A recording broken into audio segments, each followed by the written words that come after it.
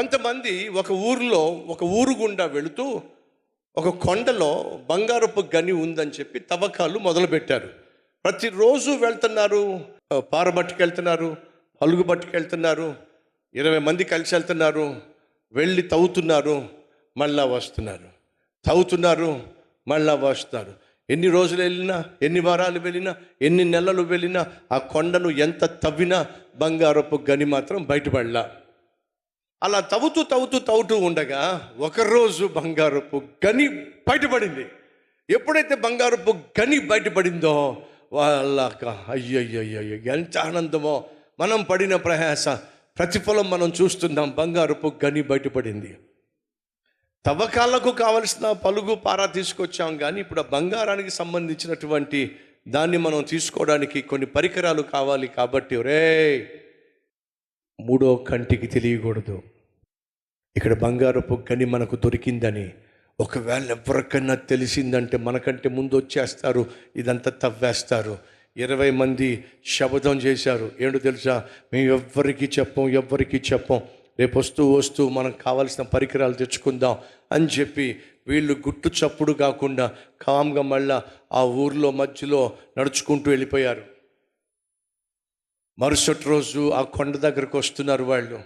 ఈరోజు మనం ఇన్ని సంవత్సరాలుగా ఇంతకాలంగా పడినటువంటి ప్రయాస ప్రతిఫలంగా బంగారపు గనుల్లో బంగారాన్ని మనం తవ్వబోతున్నాం అని చెప్పి వాళ్ళు ఎంతో సంతోషంగా తిరిగి ఆ కొండ దగ్గరకు వచ్చేసరికి అప్పటికి ఊరంతా వచ్చేసింది, తవ్వకాలు చేసేస్తున్నారు.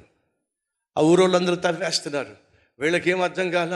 ఇదేంట్రా, అప్పుడే ఊరోళ్ళందరూ వచ్చేసారేంట్రా, ఊరోళ్ళు వచ్చి బంగారం మొత్తం తవ్వేస్తున్నారు ఏంట్రా? మనం అందరం అనుకున్నాం కదా ఎవరికి చెప్పొద్దు అని చెప్పి 20 మంది ఒకళ్ళు మొక్కలు చూసుకుంటున్నారు. రే నువ్వే కదరా, అయ్యో నాకేం పాపం తెలియదు, నువ్వేమైనా చెప్పావా? నేను ఎవరికి చెప్పలా. మరి మనం ఎవరికి చెప్పకపోతే ఊరంతా అలా తెలిసిపోయిందిరా. ప్రతి ఒక్కడు అంటున్నాడు నాకేం తెలియదు, ఎవరికి చెప్పలా. ఇక లాభం లేదని చెప్పేసి ఆ తవ్వకాలు తవ్వుతున్న ఊరోళ్ళందరినీ, అయినారా ఒక నిమిషం ఆగండి, తవ్వింది చాలు, ఒక నిమిషం ఆగండి. ఆగారు.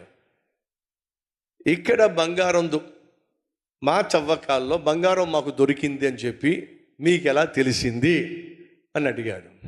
అప్పుడు ఆ ఊరోళ్ళందరూ చెప్పారు, మీరే చెప్పారు మాకు. మేం చెప్పామా? మీరే చెప్పారు.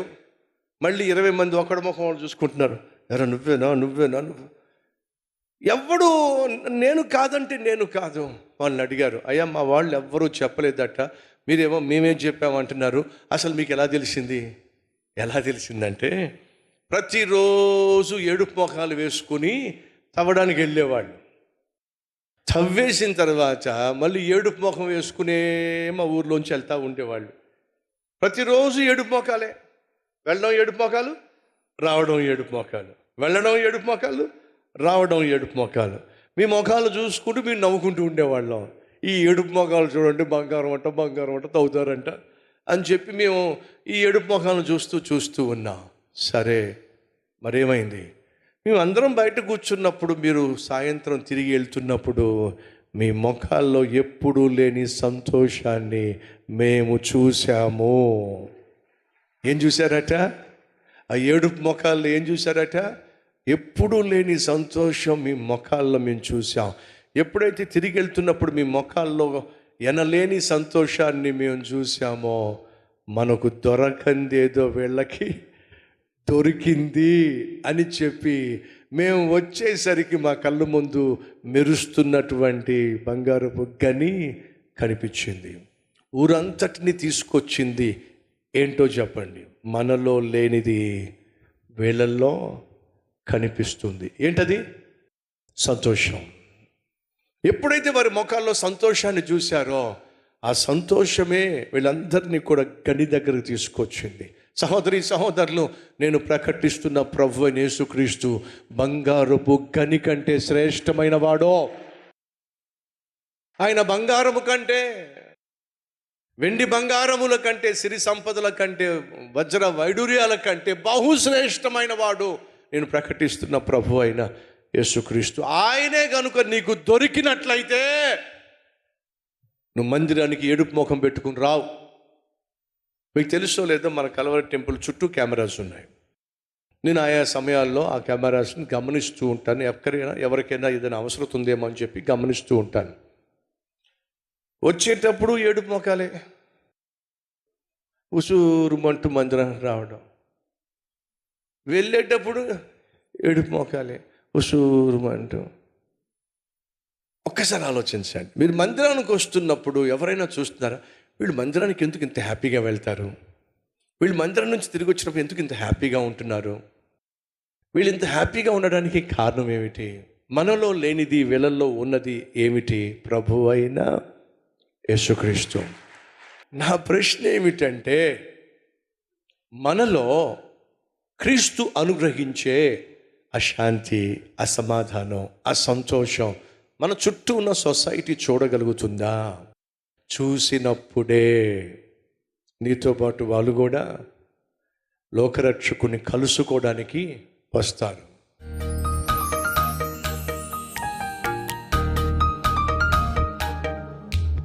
ఒకే ఒక్క మాట అడుగుతున్నావు, మీ స్థానంలో నేను మరణించా, నా స్థానంలో నా బిడ్డగా నువ్వు జీవిస్తావా? అయ్యా, నీ బిడ్డగా జీవించగలిగిన కృప, నీ బిడ్డగా జీవించగలిగిన నీతి, యథార్థత, పరిశుద్ధత, ప్రేమ, కృతజ్ఞత నాయన మాకు దయచేయి అయ్యా. లోకంలో నాయన ఉన్నంత కాలము సంతోషంగా జీవించాలి, ఆనందంగా జీవించాలి, లోకానికి ఉప్పుగా జీవించాలి, వెలుగుగా జీవించాలి. మాలో ఉన్న సంతోషానికి, సమాధానానికి లోకం ఆకర్షితులై వాళ్ళు మాతో పాటు నీ సన్నిధికి రావాలయ్యా.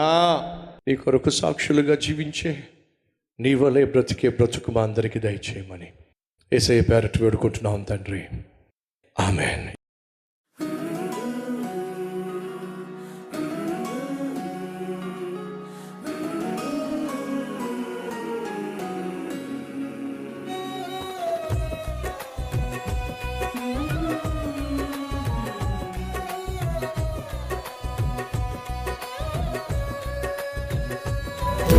సందేశం మీకు ఆశీర్వాదకరంగా ఉంటే లైక్ చేయండి, అలాగే సబ్స్క్రైబ్ చేయండి. అంతేకాకుండా కామెంట్ పెట్టండి, 10 మందికి షేర్ చేయమని మనం చేస్తూ రేపు మళ్ళీ కలుసుకుందాం.